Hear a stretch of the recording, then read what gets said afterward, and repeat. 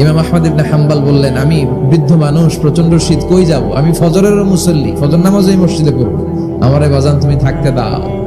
দারোয়ান বলেন, নো, থাকা যাবে না, মসজিদে থাকা যাবে না, বের হন, নাহলে গাঠটি সহ বের করে দেব। চিনে নাই এটা যে ইমাম আহমদ ইবনে হাম্বল, সে বুঝতে পারে নাই। তো দারোয়ানের সাথে সুবিধা করতে না পেরে ইমাম আহমদ ইবনে হাম্বল ব্যাগ নিয়ে বেরোয় গেলেন। প্রচন্ড শীত, কাঁপছেন। হঠাৎ দেখে সামনে এক বাজার, ওই বাজারে এক খাব্বাজ বসে আছে। খাব্বাজ মানে রুটি বিক্রেতা, খাব্বাজ মানে যুবক, একজন রুটি বিক্রেতা, রুটি বিক্রি করে। যে যুবককে সালাম দিলেন, আসসালামু আলাইকুম। যুবক পড়লো, আলাইকুম আসসালাম। ইমাম আহমদ ইবনে হাম্বল বলল, যুবক, আমি মুসাফির মানুষ, থাকার জায়গা নাই, প্রচন্ড শীত।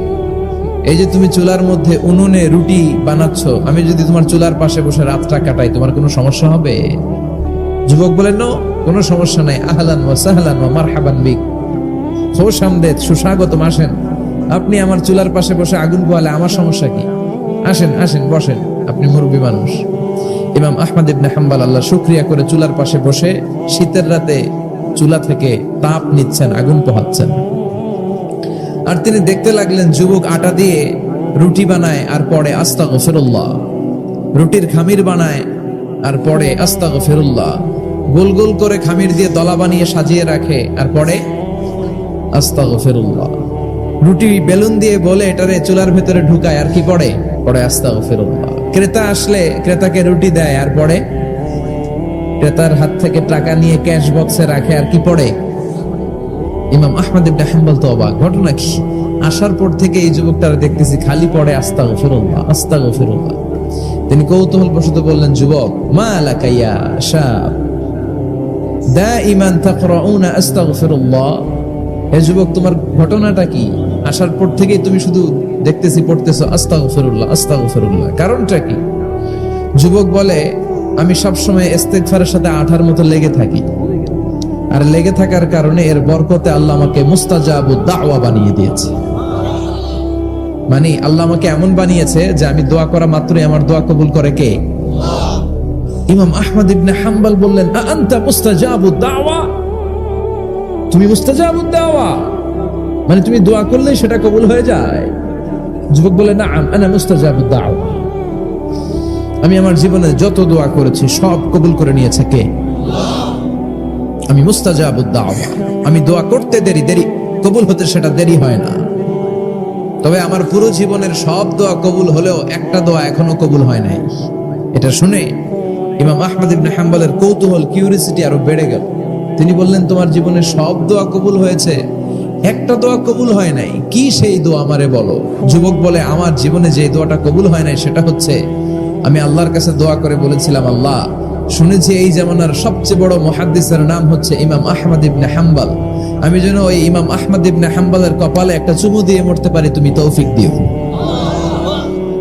ইমাম আহমদ ইবনে হাম্বল নিজেকে আর ধরে রাখতে পারলেন না, চোখের পানি ছেড়ে দিলেন, যুবককে জড়িয়ে ধরলেন আর বললেন, ইয়া শাব, আহমদ ইবনে হাম্বলের কপালে চুমু দেওয়ার জন্য আহমদ ইবনে হাম্বলের দরবারে তোমার যাওয়ার দরকার নাই, আহমদ ইবনে হাম্বল নিজেই তোমার দরবারে ছুটে এসেছে। আনাল আহমদ ইবনে হাম্বল, আমি নিজেই আহমদ ইবনে হাম্বল। চিল্লায় পড়েন আল্লাহু আকবার।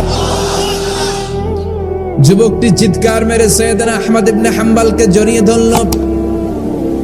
আহমদ ইবনে হাম্বলের হাতে হাত রেখে মুসাফা করলো, আহমদ ইবনে হাম্বলের কপালে একটা চুমু এঁকে দিল আর বলল, ইয়া আহমদ ইবনে হাম্বল, এই ইস্তেগফারের কারণে আমার জীবনের সব দোয়াই কবুল হয়ে গিয়েছে। আপনি সব সময় যদি ইস্তেগফারের সাথে লেগে থাকেন, আপনারে মুস্তাজাবুদ দাওয়া বানাবে কে? আল্লাহ। এজন্য অবসরে যখন কোনো কাজ থাকে না, বেশি বেশি ইস্তেগফার পড়া যাবে না?